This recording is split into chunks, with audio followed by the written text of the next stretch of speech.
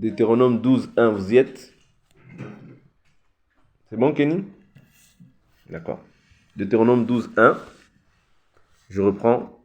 Voici les prescriptions et les ordonnances que vous observerez et que vous mettrez en pratique dans le pays que l'Éternel, le Dieu de vos pères, te donne pour que vous en preniez possession.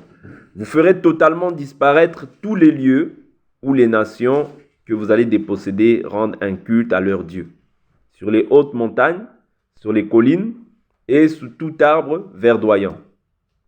Vous renverserez leurs autels, vous briserez leurs stèles, vous brûlerez au feu leurs poteaux d'Achéra, vous abattrez les statues de leurs dieux et vous ferez disparaître leur nom de ces lieux-là. Vous n'agirez pas ainsi à l'égard de l'Éternel votre Dieu, mais vous le chercherez au lieu que l'Éternel votre Dieu choisira parmi toutes vos tribus pour y placer son nom et l'y faire demeurer. C'est là que tu iras, c'est là que vous présenterez vos holocaustes, vos sacrifices, vos dîmes, vos prélèvements, vos offrandes votives, vos offrandes volontaires, ainsi que les premiers-nés de votre gros et de votre menu bétail. Amen. Donc ici, Dieu montre que Dieu est en train de donner des ordonnances à Israël. Les ordonnances que Dieu donnait à Israël n'étaient pas pour tout le monde. Non, c'était simplement pour Israël. Les nations avaient leurs pratiques, leurs coutumes, leurs rites, leur manière de rendre un culte à leur Dieu. Nous l'avions vu dans Lévitique chapitre 18, toutes ces choses. Vous voyez? Les nations avaient leur manière de célébrer Dieu.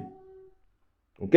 Donc ici, ce qu'il faut comprendre, c'est que c'est vraiment des ordonnances qui sont liées à Israël. Pas à tout le monde. Vous voyez? Donc tout le monde n'est pas concerné dans ces choses-là. Ceux qui sont concernés, c'était Israël. Et aujourd'hui, je vous ai dit que les Israélites observent toujours ces choses-là. Les Israélites quant à la chair. Mais les Israélites, quant à la chair, ils sont aujourd'hui dans l'idolâtrie. Pourquoi? Nous avions dit que quand Dieu quitte un système et que les hommes restent dans ce système-là, ce que les hommes sont en train de faire, c'est l'idolâtrie. Je prends un exemple. Moïse éleva le serpent dans le désert, vous voyez, afin que ceux qui regardent le serpent aient la vie. Vous voyez? Donc maintenant, quand Dieu n'est plus dans ce serpent-là, les gens vont maintenant élever un serpent qu'on appelle Néhushtan, mais Dieu n'est plus là. C'est-à-dire les gens maintenant commencent à faire l'idolâtrie. Est-ce que vous comprenez? Dieu aujourd'hui est sorti du temple physique d'Israël, mais les gens maintenant qui continuent à observer ces rites-là, ces pratiques-là, ils sont dans l'idolâtrie. Voilà pourquoi aujourd'hui Israël, quant à la chair, bien qu'ils sont aimés à cause de leur père et que Dieu les visitera au temps voulu, vous voyez, parce qu'aujourd'hui c'est le temps des nations, mais à un moment, quand les nations partiront à l'enlèvement, et une partie d'Israël qui est inclue, parce que l'Église est formée de toutes les nations sous le ciel, mais les promesses ont été données à Abraham et à sa descendance. Bien sûr, nous voyons Christ, mais il y a aussi la descendance quant à la chair, parce que l'Écriture nous dit qu'ils sont aimés à cause de leur père. Vous voyez? À cause de leur père. Pourquoi? Leur père Abraham, Isaac et Jacob, parce que eux, ils avaient la foi. Mais Israël, eux, ont cherché ont cherché ces choses comme provenant d'une loi et non pas de la foi. Vous comprenez? Donc, ils ont cherché ces choses-là par la loi. Parce que la loi disait, celui qui mettra ces choses en pratique vivra par elle.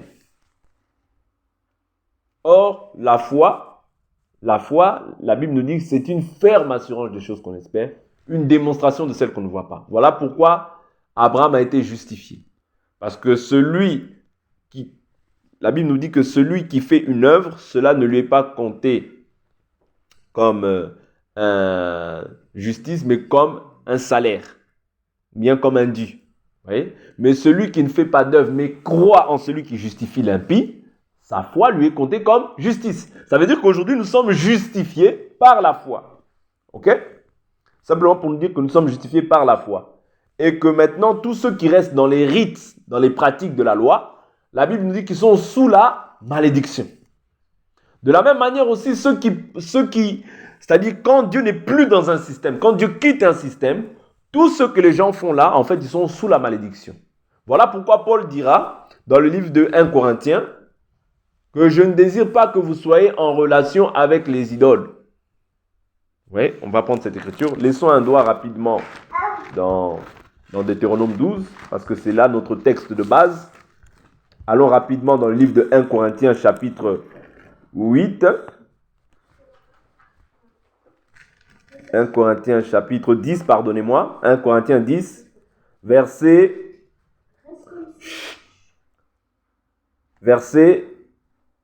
18. La Bible nous dit, voyez les Israélites selon la chair, ceux qui mangent les victimes, ne sont-ils pas en communion avec l'autel? Que dis-je donc? Que la viande sacrifiée aux idoles est quelque chose? Ou qu'une idole est quelque chose? Nullement. Mais ce qu'on sacrifie, on le sacrifie à des démons et non à Dieu. Or, je ne veux pas que vous soyez en communion avec les démons. Vous ne pouvez boire à la coupe du Seigneur et à la coupe des démons. Vous ne pouvez avoir part à la table du Seigneur et à la table des démons. Vous voyez ici, les Israélites qui avaient embrassé la foi, vous voyez, beaucoup d'entre eux étaient encore liés au temple et au fait d'aller offrir des sacrifices au temple. Or, quand Dieu quitte un système, c'est ce que j'ai dit, Dieu n'est plus là. C'est-à-dire que tout ce que les gens faisaient par la suite, c'était l'idolâtrie. Vous comprenez? C'était l'idolâtrie parce que Dieu n'est plus dans ce système-là. Dieu n'est plus là-bas. Vous comprenez? Donc ici, dans Deutéronome 12, la Bible nous dit, vous ferez disparaître tous les lieux où les nations que vous allez déposséder rendent un culte à leur Dieu. Sur les hautes montagnes, sur les collines, sous tout arbre verdoyant. Donc il y a ces trois endroits-là où les nations rendent leur culte. Nous avions vu les hauts lieux. Vous voyez, les hauts lieux, c'est des lieux où les gens rendaient des cultes à leur Dieu. On avait vu ça dans Ézéchiel. Chapitre... la Bible a appelé ça les hauts lieux. Donc les collines, toutes ces choses-là, ce sont des hauts lieux dans lesquels les gens offraient des sacrifices à leur Dieu. Vous voyez? Mais la Bible nous dit que nous ne rendrons pas un culte à ces dieux-là, mais nous ferons disparaître. Je vous ai dit hier qu'Israël, le combat, c'était un combat physique. Ça veut dire que Israël détruisait vraiment les choses. C'est-à-dire, il détruisait les temples, il tuait toutes ces choses-là. Donc, parce que eux, c'était un combat physique. Mais nous, aujourd'hui, notre combat est un combat spirituel. Vous voyez? Comment est-ce qu'on renverse aujourd'hui? On renverse ces choses-là, c'est-à-dire, quand quelqu'un vient apporter un enseignement faux, on renverse cela par un autre enseignement. Vous voyez? On ramène le bon enseignement pour renverser le faux. Et la Bible nous dit, nous n'avons pas à lutter contre la chair et le sang, mais contre les principautés, contre les autorités, contre les dominateurs d'ici-bas, contre les esprits du mal dans les lieux célestes. Vous comprenez? Donc, il y a des esprits qui sont agissants, des esprits démoniaques, bien sûr, et qui combattent aussi notre foi, en réalité. Parce que le diable n'a rien à faire d'un musulman, n'a rien à faire d'un kimbanguiste, n'a rien à faire, parce qu'ils sont de leur côté, de son côté. Vous voyez?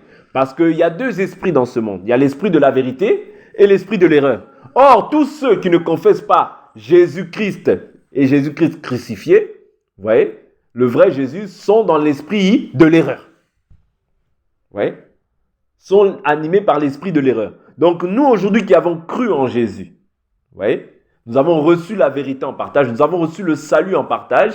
Donc, quand nous nous retrouvons face à des faussetés, aujourd'hui, je ne peux plus aller détruire quelque chose physiquement comme ça, non. Ça, on appelle ça du vandalisme. Aujourd'hui, ça ne s'apparente pas à du zèle. Vous voyez? Ça ne s'apparente pas à du zèle. Aujourd'hui, on appellera ça du vandalisme. Quand Dieu permettait ça, c'est parce qu'il était avec la personne. Vous voyez? Il était avec Israël et Israël vivait sous la théocratie de Dieu. Vous voyez? Donc, c'était Dieu au milieu de son peuple qui régnait. Ok? Donc, Dieu permettait cela afin qu'on sache que le véritable Dieu, c'est le Dieu d'Israël. Et que Dieu ne soit pas... La Bible nous dit dans Ésaïe 42, verset 8, « Je ne donnerai pas ma gloire à un homme, ni mon honneur au statut. » Vous comprenez? Donc Dieu ne donnait pas son honneur à qui que ce soit d'autre. Voilà pourquoi Israël, pour ne pas avoir les mêmes rites, les mêmes comportements que les nations, lorsqu'ils entraient, ils prenaient possession d'une nation, ils détruisaient en fait leur manière de rendre un culte à leur Dieu. Il détruisait. C'est-à-dire, il livrait tout à l'interdit. Il livrait tout à l'interdit afin qu'on n'entende même plus parler de leur Dieu, qu'on n'entende plus aussi des gens rendre un culte à ces dieux-là. C'est-à-dire, on effaçait, vous voyez, le nom de leur Dieu. Et nous, la Bible nous dit, tu ne feras pas rappel du nom de leur Dieu. Et tu ne chercheras pas à savoir comment ils rendaient un culte à leur Dieu. Vous voyez, un enfant de Dieu ne doit pas chercher à savoir comment est-ce que les gens rendent un culte à leur Dieu. Non. Nous avons le vrai culte. C'est ce culte-là que nous devons rendre à Dieu. L'autel, je vous avais dit, c'est l'enseignement. On avait vu ça dans le livre de Josué. Vous voyez, l'autel, c'est l'enseignement. Vous voyez, l'enseignement, nous devons toujours l'examiner par rapport à la parole. Et c'est ça que la Bible dit, vous renverserez leurs autels. Quel autel on doit renverser aujourd'hui? Ce sont les faux enseignements. Nous devons les renverser par la parole. Et la Bible nous dit, soyez toujours prêts. Vous voyez? Soyez toujours prêts. On avait vu ça hier par la grâce de Dieu dans le livre de 1 Pierre chapitre 3. Essayez de le calmer. 1 Pierre chapitre 3, verset 15.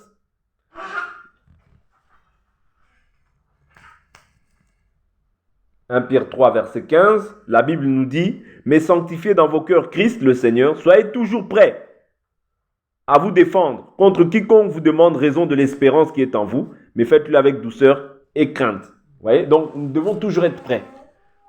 Vous voyez? Parce qu'on voyait par moments Paul, lorsque certaines personnes, certains juifs s'étaient introduits, ils avaient ramené une fausse doctrine. Ils disaient que, oui, pour être sauvé, il faut se circoncire selon la loi de Moïse. Vous voyez? Donc, Paul résistait à ces personnes-là. Vous voyez? Il y avait des débats qui étaient houleux. Et c'est ce que doit être un chrétien aussi. Oh. C'est ce que doit être le chrétien. Vous voyez? C'est-à-dire qu'on doit résister face aux fausses doctrines.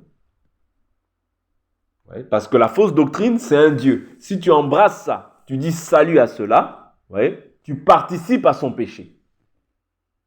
Voilà pourquoi nous devons renverser. Nous ne devons pas adopter. Non, parce que c'est un Dieu, c'est tout un Dieu qui te ramène. Quand tu acceptes ça, tu deviens ennemi de Dieu. Ouais. Tu ne peux pas accepter un autre enseignement que à part ce que Dieu nous a donné. Ouais. Israël, l'Éternel ton Dieu est un. Tu aimeras le Seigneur de tout ton cœur, de toute ton âme, de toute ta pensée, de toute ta force. Qu'est-ce que cela veut dire? Ça veut dire garder ses commandements. Parce que l'amour de Dieu réside dans le fait de garder ses commandements. Est-ce que vous me comprenez par là? Donc nous essayons d'avancer par la grâce de Dieu. Donc les statuts de leur Dieu, toutes ces choses-là. Aujourd'hui, on voit par exemple beaucoup de gens qui ont des statuts, des représentations. On ne peut pas, en tant que des enfants de Dieu, avoir des statuts. On ne peut pas avoir des statuts. Représenter quelqu'un. Représenter quelque chose comme étant un Dieu. Non. Oui? Un enfant de Dieu ne peut pas avoir de statut. Mais les statuts aujourd'hui ont pris plusieurs formes. Parce qu'il y a des gens qui ont des dieux. C'est-à-dire tu peux aller chez une personne, tu vois que en fait le Dieu là c'est une image. Le Dieu là il y a des gens qui ont des pentacles, plein de choses comme ça. Toutes ces choses là ce sont des dieux auxquels nous devons renverser. Comment? Par la parole, par la prière. Parce que nous, notre combat, nous avions vu que la Bible nous dit, mettez à vos pieds le zèle que donne l'évangile. Ça, c'est ce dont un chrétien doit s'armer. Vous voyez? Parce que la Bible nous dit, prenez toutes les armes de Dieu afin de tenir ferme dans le mauvais jour. Parce que nous sommes dans les mauvais jours. La Bible nous dit, rachetez le temps. Les jours sont mauvais. Aujourd'hui, nous sommes au temps du soir. Tout est mélangé. Tout est confondu. C'est-à-dire, on ne sait plus qui est vrai, qui est faux. Vous voyez? Voilà pourquoi nous devons nous en remettre à la parole. Nous devons garder les yeux fixés sur la parole parce que c'est ça qui est notre modèle. Pour ne pas céder à la tentation, pour ne pas succomber au désir de ce monde et pour ne pas nous mettre sous un joug étranger. Parce que la Bible nous dit, ne formez pas un attelage disparate avec les incroyants. Parce qu'un incroyant, il va te ramener son style de vivre, sa manière de vivre. Il peut même te faire adopter ces dieux. Voilà pourquoi Israël, la Bible, quand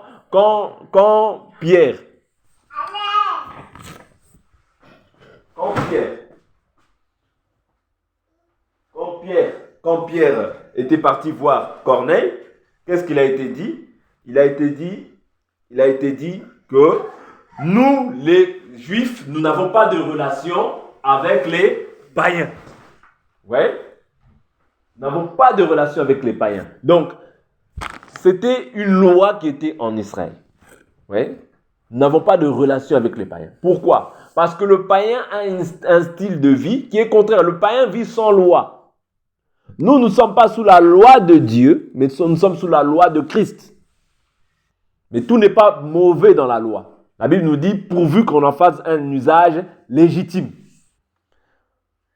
Parce que la loi, dans son entièreté, tout n'a pas disparu. Non. Il y a 613 lois réparties en 3. Loi cérémonielle, loi civile, loi morale. Les lois civiles et morales sont toujours d'actualité. Les lois sacrificielles se sont accomplies dans le corps de Jésus. Est-ce que vous comprenez? Donc, par là, qu'est-ce que nous voulons dire? Que nous ne pouvons pas nous mettre sous un joug étranger avec, avec ceux qui n'ont pas la loi de Dieu, parce que sinon, ils vont nous entraîner vers leur Dieu, leur manière de vivre. Vous savez, la cupidité aussi, c'est un Dieu. Vous voyez? La mauvaise manière de vivre. La Bible nous dit dans Jérémie chapitre 2, par ta conduite, de ta mauvaise conduite, tu en as fait un enseignement. Ça veut dire que la mauvaise conduite, c'est aussi un enseignement. Et les mauvaises compagnies font quoi? Corrompent les bonnes mœurs. Si quelqu'un est habitué à pouvoir se prosterner devant un Dieu, un jour, à force d'être avec cette personne, tu chercheras aussi à savoir comment est-ce qu'il adore son Dieu. Voilà pourquoi nous devons chercher à savoir ce que Dieu veut pour nos vies. Et non pas comment est-ce que les gens rendent un culte à leur Dieu. Non, cela ne nous concerne pas. Vous voyez? Parce que toi, tu as la loi de ton Dieu dans ton cœur. Et c'est ça qui doit primer dans ton cœur. Oui.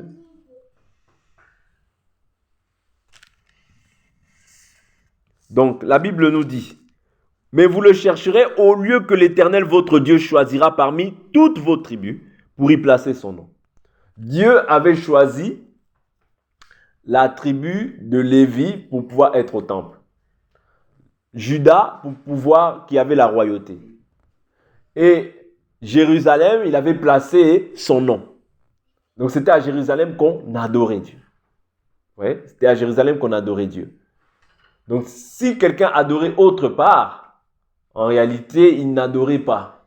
Il n'était pas en relation avec le véritable Dieu. Voilà pourquoi quand la demi-tribu de Manassé, la tribu des Rubénites et des Gadites, ont cherché à faire un autel, les Israélites se sont levés pour savoir quel est cet autel qu'ils sont en train de faire. Pourquoi? Parce qu'il y avait déjà eu une frappe par rapport à l'histoire non, pas d'Akan. Non, pas d'Akan. Je vais prendre l'écriture rapidement. Baal-Péor, vous voyez, au culte de Baal-Péor, quand Israël se livrait au culte de Baal-Péor, il y a eu une frappe qui a été manifestée dans le camp, vous voyez, et Israël savait que lorsque une seule personne commettait un péché, c'était toute la nation qui était frappée, vous voyez. C'était toute la tribu qui subissait ce choc. Voilà pourquoi, dès lors où ils ont entendu ça, ils se sont levés pour pouvoir aller voir de quoi il s'agissait. Parce que l'autel, c'est tout un enseignement. Quand quelqu'un brise un enseignement, il va faire autre chose que ce que Dieu a ordonné, cela va entraîner une plaie, vous voyez, dans toute la tribu. Voilà pourquoi il est important de veiller les uns sur les autres, de veiller à ce que les gens entendent, écoutent, de veiller et voir est-ce que tu demeures dans la doctrine, dans l'enseignement que Christ nous a laissé, oui ou non. Vous voyez, parce que si tu ne demeures pas dans cette doctrine-là, tu vas demeurer dans la doctrine des démons, tu vas t'éloigner de la vérité. Oui. Or, nous avons pour but de demeurer dans la vérité. La Bible dit, si vous demeurez en moi, mes paroles demeurent en vous, vous êtes mes disciples. En réalité, si vous demeurez en moi, si l'autel demeure en vous, vous êtes mes disciples. Oui. Vous êtes mes disciples. Mais si l'autel ne demeure pas en toi, tu n'es pas un disciple de Jésus. Est-ce que nous comprenons? Oui. Nous comprenons que l'autel, c'est vraiment très très important. Allons rapidement voir un peu les nations. Allons rapidement voir un peu les nations. Nous allons voir un peu, eux aussi, comment est-ce que les nations aussi célébraient. Ils avaient un autel. Ils avaient une manière aussi d'adorer leur Dieu. Allons rapidement dans le livre de Exode. Exode, chapitre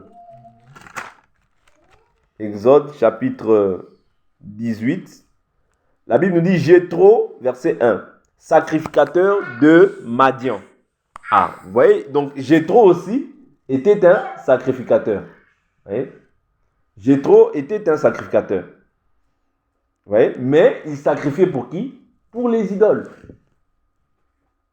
Vous voyez? Le beau-père de Moïse était un sacrificateur, mais il sacrifiait pour qui? Pour les idoles. Parce qu'il n'était pas en relation avec le véritable Dieu. Donc il ne s'agit pas de dire que je suis sacrificateur. Oh, je suis pasteur. Oh, je suis ceci ou cela. Parce que tu peux être pasteur. Mais si l'enseignement, si l'autel n'est pas conforme, en réalité, tu n'es un faux pasteur. Je prends une écriture, je vais m'expliquer. Un roi.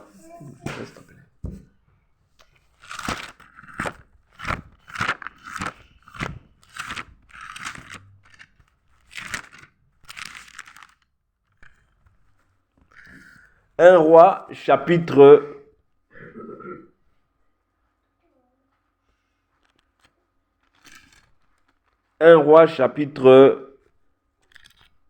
18. Un roi, chapitre 18. Je prends le verset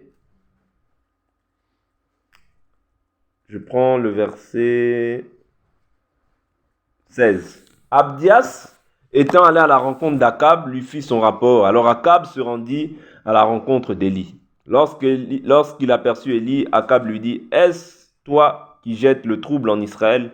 Élie répondit, « Je ne trouble pas Israël, c'est toi au contraire et la maison de ton père, puisque vous avez abandonné les commandements de l'Éternel. » Vous voyez? Donc, ici, la première chose qui lui fait savoir, c'est que tu as abandonné les commandements de l'Éternel.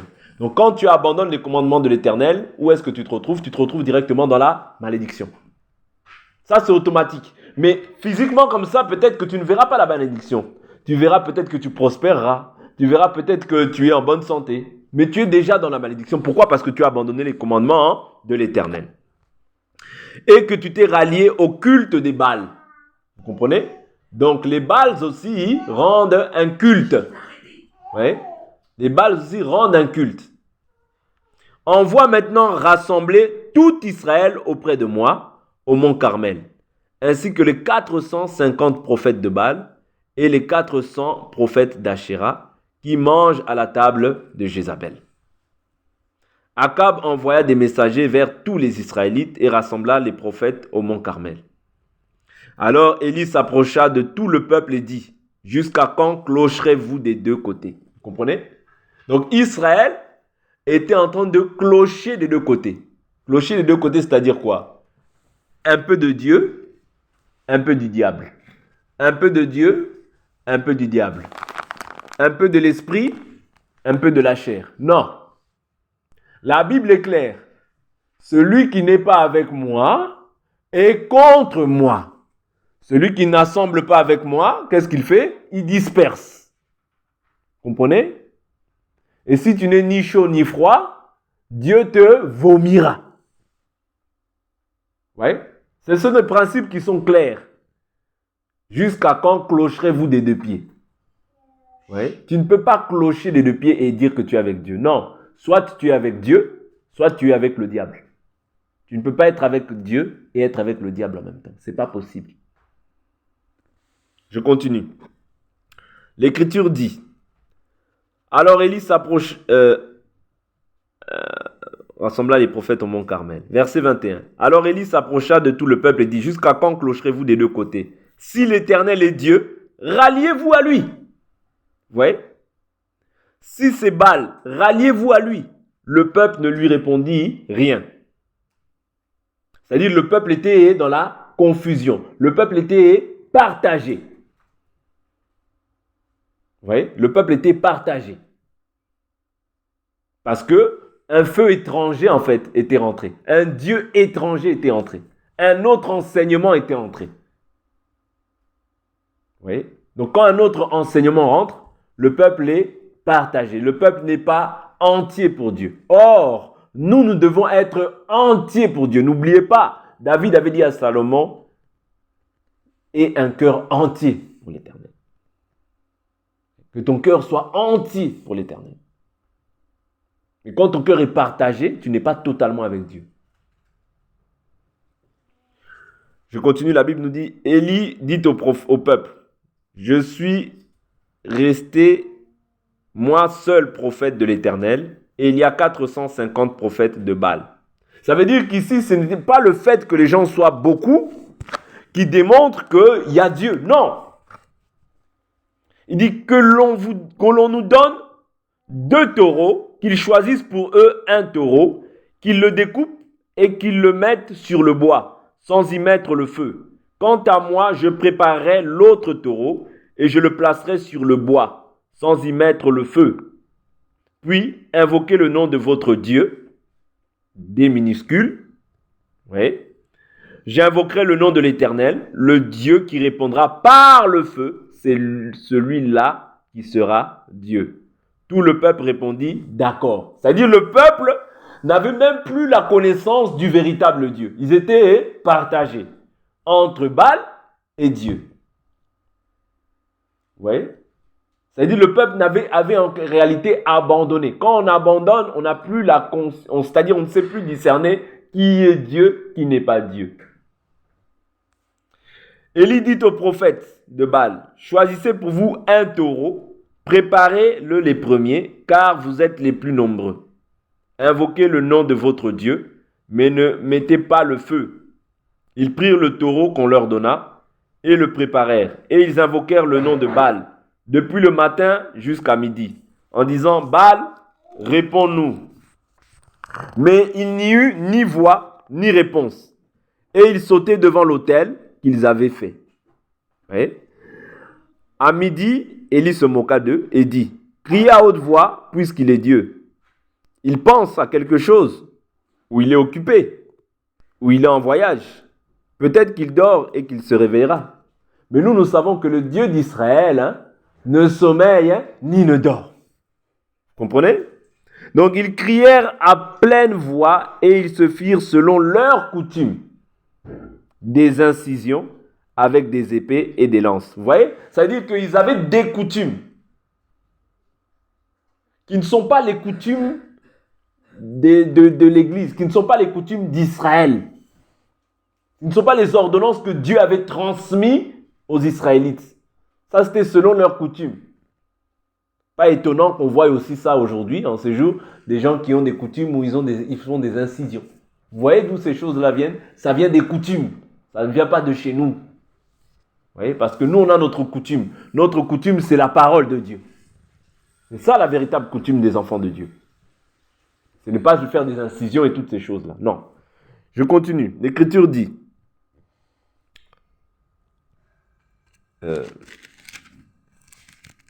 voilà, j'étais au verset 28. Des incisions avec des épées, avec des lances, jusqu'à ce que le sang coule sur eux. Lorsque midi fut passé, ils prophétisèrent jusqu'au moment de la présentation de l'offrande.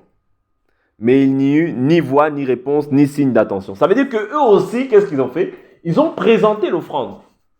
Donc le problème, ce n'est pas de présenter l'offrande. Est-ce que vous comprenez? Le problème, c'est que Dieu puisse agréer l'offrande.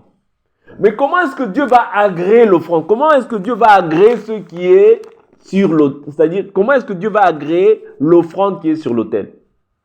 L'offrande, du moins. Ou bien le sacrifice. C'est par rapport à l'autel. Tout simplement. C'est ce que nous allons voir par la grâce de Dieu. La Bible nous dit, verset 30, Élie dit alors à tout le peuple, « Approchez-vous de moi. » Tout le peuple s'approcha de lui. Alors Élie rétablit l'autel. Est-ce que vous comprenez? Est-ce qu'Élie a fait grand-chose? Non. C'est-à-dire qu'il a rétabli l'autel. Le problème, j'ai dit, ce n'est pas le sacrifice. Le problème, c'est ce qui soutient le sacrifice. Ouais. Le problème, ce n'est pas la prière. Le problème, c'est quel type de prière. Est-ce que la prière s'appuie sur le fondement? Voilà pourquoi l'Écriture dit, dans 1 Corinthiens chapitre 3, que chacun prenne garde à la manière dont il bâtit sur le fondement. Car personne ne peut ajouter un autre fondement, à savoir Jésus-Christ. Est-ce que vous comprenez? Le problème, ce n'est pas de dire Jésus, Jésus, Jésus. Non. Le problème, c'est est-ce que l'autel est bien posé? Si l'autel est bien posé, alors la gloire de Dieu se manifestera. Dieu répondra par le feu. Dieu exaucera ta prière. Mais si le fondement est mauvais, tout ce qui va s'en suivre est mauvais. La Bible nous dit, quand les fondements sont renversés, le juste, que fera-t-il? C'est-à-dire le juste a aussi sa part. Le juste, comme Élie, qu'est-ce qu'il a fait? Il avait pour devoir de rebâtir. Il ne peut pas poser un fondement sur un mauvais fondement. Non, il doit d'abord rebâtir le fondement. Il ne pouvait pas revenir aussi, lui, c'est-à-dire bâtir sur un fondement qui est déjà erroné. Non. Dans lequel on prend le sang, dans lequel on prend les épées, dans lequel on s'entaille, dans lequel on invoque des dieux étrangers. Non. Ça ne peut pas tenir, Dieu ne peut pas répondre à de telles prières. Donc je reprends, Élie dit, alors Élie rétablit l'autel, verset 30, qui avait été renversé. Ah, donc on voit que l'autel avait été renversé. Donc qu'est-ce qu'on doit faire? On doit rebâtir dans un premier temps. Élie prit 12 pierres. Vous voyez, parce que Élie avait le modèle. Quand tu as le modèle, tu es dans la paix avec Dieu. Mais quand tu n'as pas le modèle, tu n'es pas dans la paix avec Dieu. Voilà pourquoi, lorsque Dieu demanda à Moïse de construire le tabernacle, il lui dit, Moïse, fais selon le modèle qui t'a été montré sur la montagne. La Bible nous dit que Moïse était plus sage, c'est-à-dire qu'il avait une grande sagesse. Il était instruit selon la sagesse des Égyptiens. Mais la sagesse des Égyptiens c'est-à-dire Dieu ne permettait pas qu'ils puissent ramener la sagesse humaine dans les choses de Dieu. Aujourd'hui, beaucoup ramènent la sagesse humaine dans les choses de Dieu. Oh, il est éloquent, donc on va le prendre lui. Oh, il parle bien, donc c'est lui qu'on va prendre. Non, les choses de Dieu, ce n'est pas comme ça. Les choses de Dieu, c'est lui qui appelle, c'est lui aussi qui établit. Mais aujourd'hui, il est éloquent, il parle bien, il a fait des études, il a fait ci. Je ne dis pas que ces choses-là sont mauvaises, mais ces choses-là ne sont pas des critères qui te qualifient pour pouvoir être même un ministre de la parole. Non. Sinon, tu vas ramener tes pensées dans les choses de Dieu. Moïse, Dieu a défendu qu'il puisse ramener sa pensée dans les choses de Dieu. Donc, il a rétabli le modèle. Comment? Il a rétabli le modèle, je vais m'arrêter là. Élie rétablit l'autel de l'Éternel qui avait été renversé. Il prit 12 pierres, d'après le nombre des tribus de fils de Jacob, à qui la parole de l'Éternel avait été adressée. En ces termes, Israël sera ton nom. Il bâtit avec ces pierres un autel au nom de l'Éternel. Il fit autour de l'autel un fossé de la capacité de 2 mesures de semences. Il arrangea le bois, découpa le taureau et le mit sur le bois. Puis il dit, remplissez d'eau 4 cruches et versez-les sur l'holocauste et sur le bois. Il dit, faites-le une seconde fois. Ils le firent une seconde fois. Il dit, faites une troisième fois. Ils le firent une troisième fois. L'eau coula autour de l'autel et l'on remplit aussi d'eau le fossé. Au moment de la présentation de l'offrande, le prophète Élie s'avança et dit, l'Éternel, Dieu d'Abraham, Dieu d'Isaac et d'Israël, qui est Jacob. Que l'on reconnaisse aujourd'hui que c'est toi qui es Dieu en Israël, que je suis ton serviteur et que j'ai fait toutes ces choses par ta parole. Réponds-moi, Éternel, réponds-moi, afin que ce peuple reconnaisse que c'est toi, Éternel, qui es Dieu, et que c'est toi qui ramènes leur cœur. Alors le feu de l'Éternel tomba, il consuma l'holocauste, le bois, les pierres, la terre, et il absorba l'eau qui était dans le fossé. Vous voyez? Le feu, c'est aussi le jugement. N'oubliez pas. Vous voyez? Notre prière aussi, quand on prie aussi, c'est une forme de feu. Mais le feu, c'est le jugement. Parce que n'oubliez pas, la Bible nous dit que votre parole, votre foi doit être éprouvée par le feu. C'est-à-dire le feu, c'est les épreuves. Le feu, c'est aussi le jugement. Vous voyez? Donc tout ça représente le feu. Donc Dieu a répondu. Vous voyez? Et qu'est-ce qui s'est passé par la suite? Le jugement. C'est-à-dire tous les faux prophètes ont été tués. Vous voyez?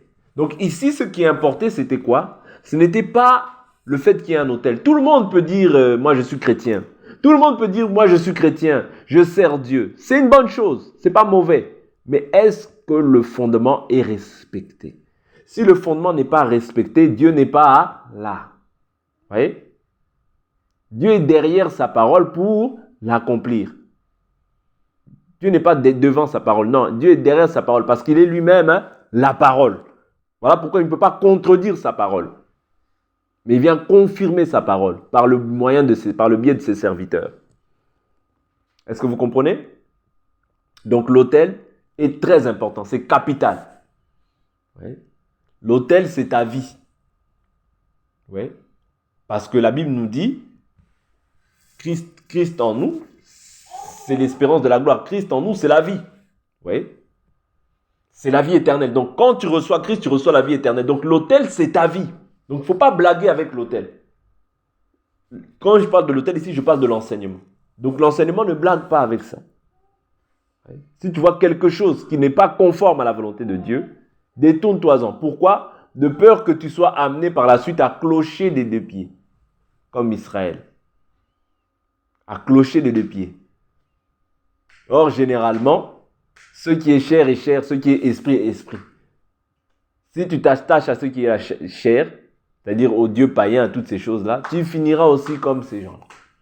Donc, nous devons prendre garde à l'autel et veiller toujours sur ce qui a été dit. C'est ce que Élie a pris la peine de faire. C'est-à-dire veiller à bien rebâtir, à placer le nom des fils de Jacob, vous voyez, à placer les 12 pierres qui représentaient les 12 tribus et à invoquer Dieu selon qu'il avait dit, Dieu d'Abraham, d'Isaac et de Jacob. C'est là que Dieu répond.